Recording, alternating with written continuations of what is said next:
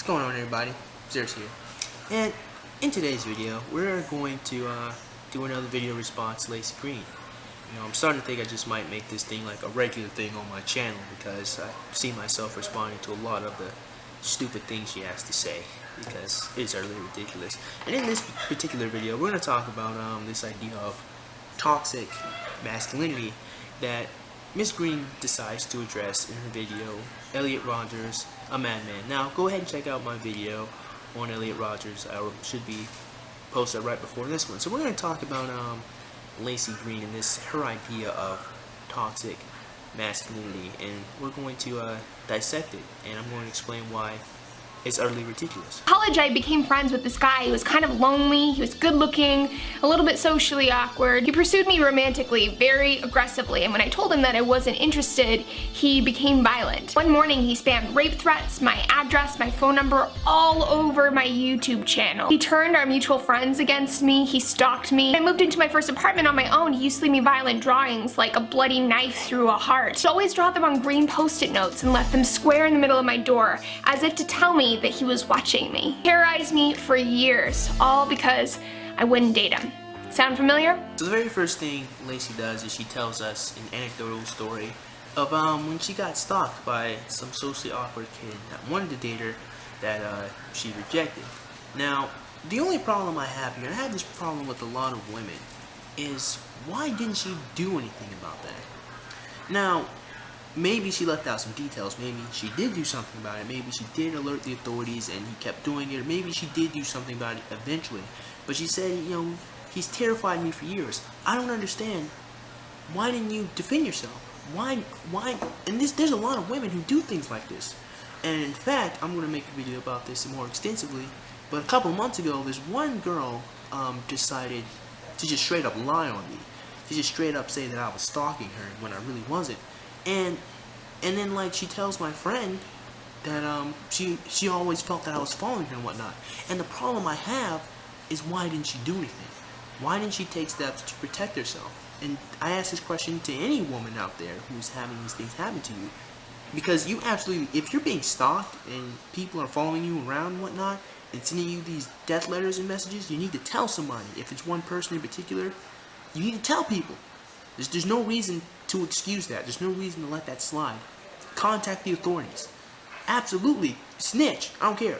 Tell somebody that someone's sending you death threats, because that's horrible.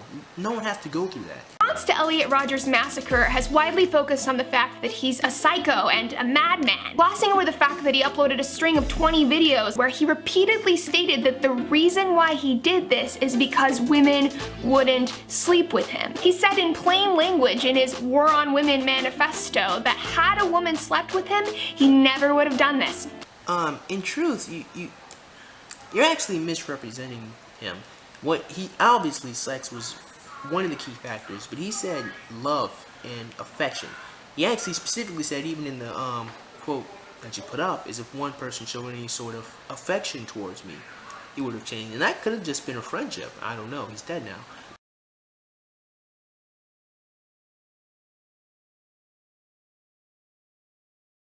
That could have just been a friendship. It wasn't specifically sex, because if it was just sex, and here's how I neglected to mention this in my video, but I mean, like, if he really just wanted to have sex with someone, he could have just bought a hooker. Except if he did, that would not fill the void of loneliness. You see there? Or he could have just gone to a strip club, but that won't bring him the love and the affection and the validation he wanted. It was more than that. The sex was the primal urge that all heterosexual men and women have. But it was more than that. It wasn't just, I want to have sex and no one's having sex with me. He specifically said several times. He said sex, love, affection, companionship. He wouldn't bring up all four of those things if they didn't mean something to him. But we all just focus on the sex thing because you just told that men just want to have sex with women and nothing else. And that couldn't be farther from the truth. Wouldn't even consider it. And yet all we hear is a sentence or two about how he was sexually frustrated and rejected by women. You want madness? That is madness. There's a big conversation here that's being completely ignored. Whether or not he's mentally ill remains to be seen at this point, but that man was absolutely mentally ill. He was suffering from depression. There is no argument to be held there. He specifically tells us, he even goes on in his manifesto to say that he had several different therapists. So he's definitely mentally ill. That definitely was a huge factor in what happened with him. And to write that off is ridiculous. And we need to address that as an issue, because more people who are suffering from mental depression could be going down this path. That's part of the problem, and we're not going to fix that problem by brushing it off to the side and like, oh no, like that was definitely part of the issue. And it is, like I said, it's ridiculous to say that it wasn't, because he made a string of videos where he's talking about how depressed he is. And if depression is a mental illness, then logically speaking, that would be part of the problem. So it's not the end of the discussion. There have been 71 mass murders in the US since 1982, and 70 of them were carried out by men. Most of those are white men. This is not a coincidence. It's telling us something about our culture. Elliot hated the fact that other men were having sex when he wasn't, and he ultimately killed him to prove that he was the true alpha male. Elliot also hung out on bodybuilding forums and pickup artist forums. Masculinity refers to the social expectation that anyone with a penis is raised with. Masculinity requires that men repress their emotions so that they don't appear weak, that they use women for sex, that they appear physically intimidating. It also urges men to solve their problems and garner respect with aggression.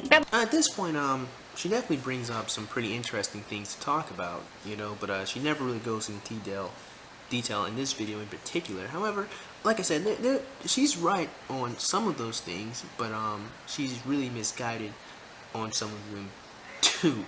You know, and like she said, Elliot hated the fact that men were having sex when he wasn't. Absolutely true, but that was one of the many factors. It wasn't even the main factor. It's one of them that plays a part into it, you know. But she really focuses more heavily on this whole lack of sex thing throughout the course of this video, and that's one of my main contentions here. She talks about masculinity like she understands what she's talking about when she really doesn't. It's just regurgitating feminist propaganda. And two, how she's misrepresenting this guy and using him as a template for the rest of us men, which is completely asinine. Before the massacre, both the social worker and his parents were like, something's wrong here. So they called in law enforcement, and the sheriff was like, well, he seems kind of timid and not very violent. Nothing to see here. Aside the fact that he was, you know, posting his plans to slaughter his peers on YouTube. Nothing to see here. The fact that Elliot was dismissed is partially because we've normalized this idea of violent masculinity. This stuff didn't raise enough red flags because the sheriff thought, hey, he's got a lot of aggressive feelings just like any other guy. It's nothing to be concerned about. No. The reason why Elliot was dismissed is because nobody takes crazy people seriously. That's why he was dismissed. Nobody takes these people who say these things seriously. And even, and like when I first saw his video, I didn't even take him seriously. Like, he was laughing and jeering like he's Jafar, like he's Loki, which I discussed in my last video. So no one took him seriously because no one ever takes these people who make these threats honestly when they really should. And it's not like they didn't take him seriously. The problem is they didn't look, because the police did go to his house. They didn't search, and they didn't have a warrant. So technically they couldn't have searched without a warrant, legally speaking. However, I still think they should have gotten a warrant. They still should have. They should have done that, but they didn't, and they were just following protocol. But anyway, the reason why that happened is not because we normalize this idea of violent masculinity. Like, you can't walk down the street and kick people in the face and expect to go home without having caused a couple of problems, not getting into a couple of fights. Like, it's not normal, you know. It's not normal to walk down the street with a pistol and shoot people in the back of the head. That's not normal. It's not normal to gun down people. If it was normal, there wouldn't be so much news coverage on it. You know, this idea of violent I don't even know what she's talking about. That's not normal. We haven't normalized that at all. You know what I'm saying? Like, a man can't even get angry or get upset at a woman without somebody causing that as a problem, without some other guy stepping up and stopping him from doing something. You know what I'm saying? Like, I remember a lot of the times, like, when I got angry at my ex-girlfriend, everyone was like, hold on, Zarius, calm down, even though she was doing a whole bunch of stupid stuff to me. So this whole idea of, like I said, you can't even get angry at a woman in public without somebody stepping up and doing something about it. So no, this idea of violent masculinity is ridiculous. That's not normalized. Although there are violent men in the world, there's violent women too. They're just people. Now 6 innocent people are dead. The emasculation that Elliot Rodgers felt so deeply ultimately amounted in him following the manual written for boys. Don't be a pussy. Do what it takes to take back control. And that's exactly what he did. Now, she brings up a very good point here about how a lot of young men are faced with the stigma of not being a punk or not being a bitch. She's right about that. That's true. A lot of men do deal with that. However, this wasn't the issue. This wasn't that time. I don't think he did what he did out of cowardice because I don't know. It wasn't cowardice or fear that he did this to take back control. Remember, in my last video, this guy has a God complex. He already feels like he has control. He already feels like he has the power. Remember, he's already twisted in his mind. What this really came from was actually a very twisted and misguided approach to how to get girls. Because men adapt to women. And I want you ladies to understand, you have a lot of power. You have all the power when it comes to the social realm. Men adapt to women. Men do what gets them attention from women. That's what Elliot was doing. He continuously adapted to what he was told women want. So if we're told constantly girls like bad boys or girls like bad guys, that's what he thinks is the reality of the situation. And so what he sought out to do was to prove he was the ultimate bad boy. He was the ultimate guy. He was the ultimate villain, right? That's what he set out to do. And his twisted mindset was actually grounded in reality, because there are a lot of women who do respond to these bad boy type characters. So he set out to prove that he was the ultimate one.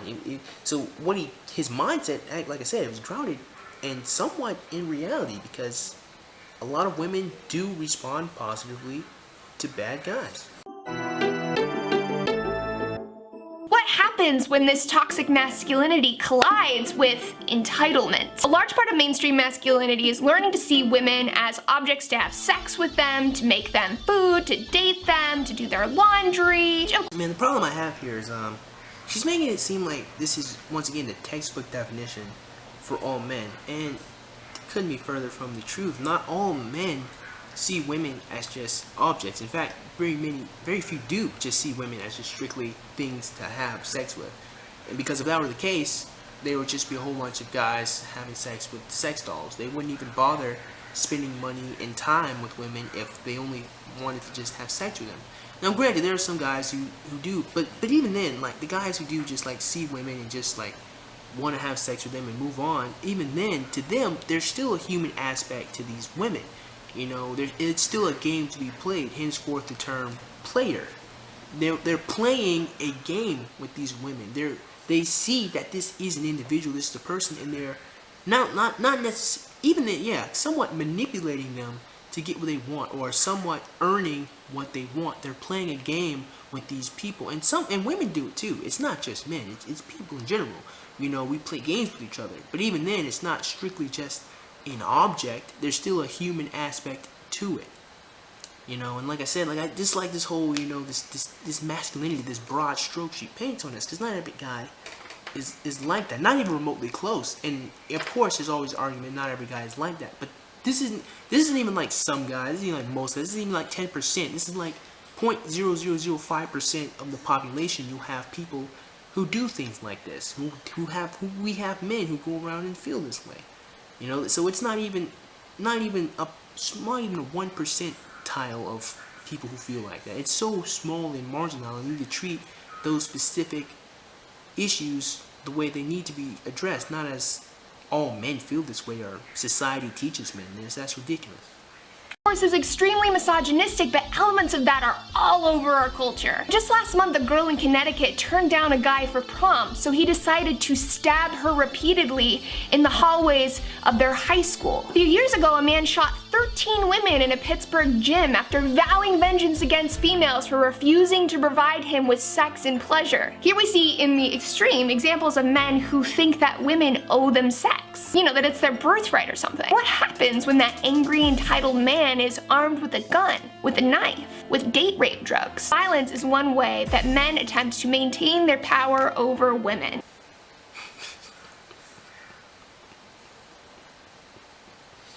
Men are trying to maintain their power over women. Look, most men don't really have any power over women, especially in the whole sexual realm. Now, if any man does, it is because the woman has relinquished this power to him.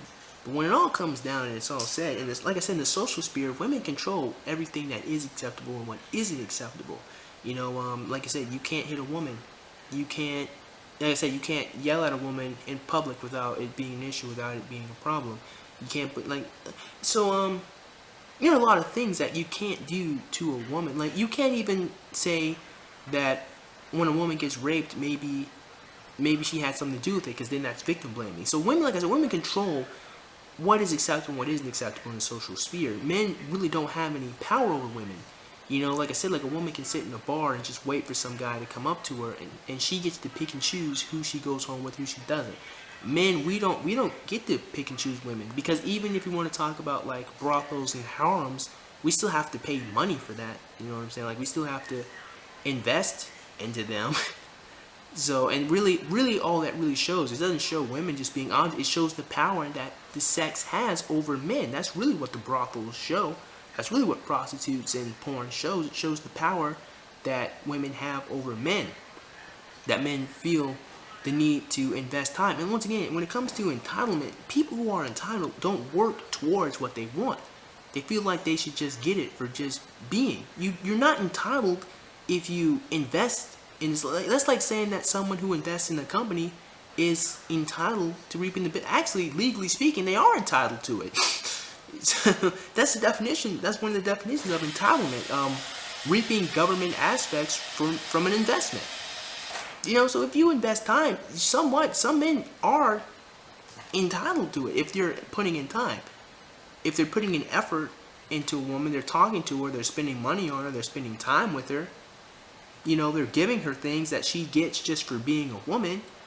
If he gets sex from it, or he gets a child out of it, that would be a perfectly acceptable exchange if you want to look at it from like a business or market kind of standpoint. That is misogyny, but it's not always extreme like this either. Think about things like street harassment, catcalling, the verbal abuse that so many women put up with online, stalking, threats, intimidation, assault, rape, physical violence. Okay, so the first couple of things she says are marginal and just kind of have to deal with one, just ignoring it. Like, if you're getting catcalled, ignore it.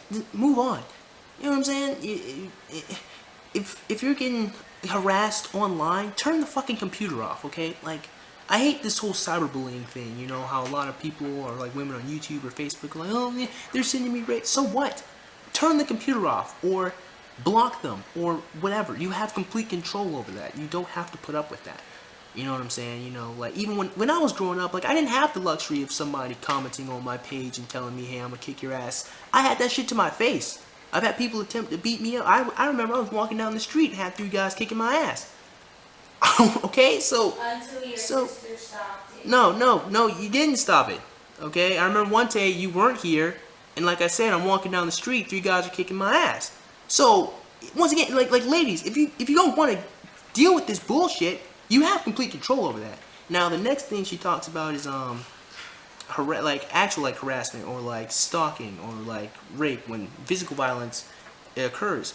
And I think that goes back to my earlier point in the video. You need to report this stuff when it freaking happens, instead of taking this passive outlook on it and saying society needs to fix it. No, deal with it.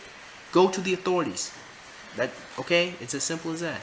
Men who act this way feel entitled to women's bodies and to their time. Yeah, like 0.7% of the population. They're so entitled, in fact, that many of them believe that this is a sign that we put women on a pedestal. Oh, it's so wonderful not being seen as a full human being. You do understand human biology, correct? Like you do understand that heterosexual men like women, right? Because if you have that knowledge, you would then come to the logical conclusion that yes, this nigga absolutely wanted to have sex and felt a need to do it. It's a biological urge. It's a social urge. We have to have sex. You do understand that, right?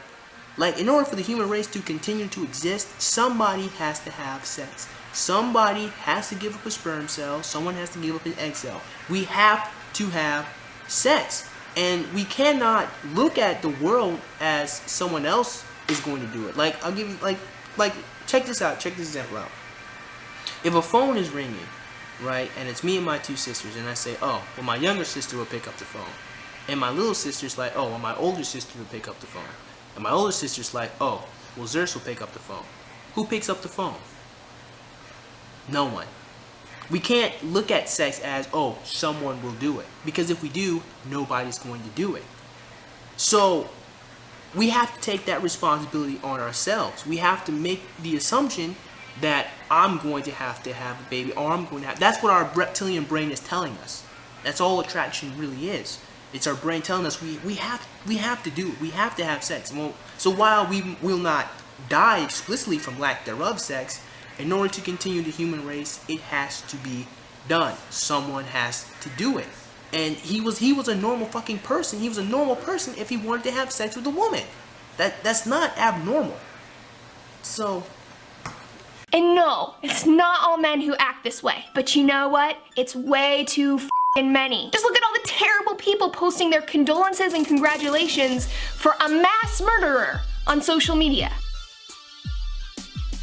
Let that sink in for a second. Mainstream media jumps on the bandwagon and labels Elliot a lonely virgin, implying that sex is something women should provide, men can't live without it, that it's understandable that he might just lose it if he doesn't get his way. He wasn't just a lonely virgin, he wasn't just a madman. He's an entitled misogynist with a gun. 4 guns, actually, and like 8 bajillion rounds of ammo. Elliot is the monster that we as a culture, as a society, have created. His terrifying acts are not random, isolated occurrences. They're part of a serious cultural illness that affects all of us, especially women, every single day. And every person, every media outlet that gives him the madman stamp without any further discussion is a part of that problem. I think we need to be asking ourselves, why is it so hard to admit that misogyny actually kills people?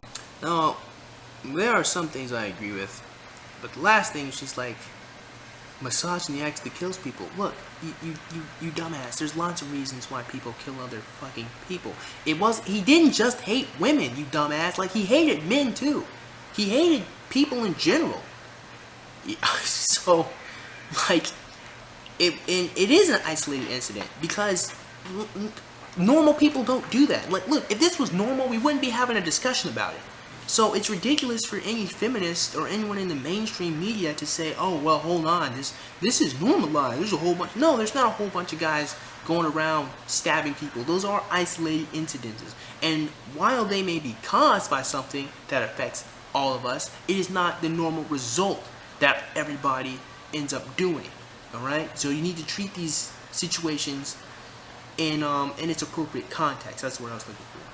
But I mean, yeah. Okay, yes, we all know that women get killed every day. Men get killed every day, too. You know what I'm saying? And we have to address that issue in and of itself. We're not just going to say, oh, wait, hold on. Women, we need to just protect all these women. We need to protect men, too. We need to just protect people. And that's another problem I have. It's all just focused on, oh, women. He killed 4 men, too, but no one seems to care about them. That's a huge issue there. So that's it for this video, guys. If you guys like this video, please go ahead, click that like button, click that subscribe button, comment in the comment box below, and as always, thanks for taking your time out of your day to watch this video, and adios.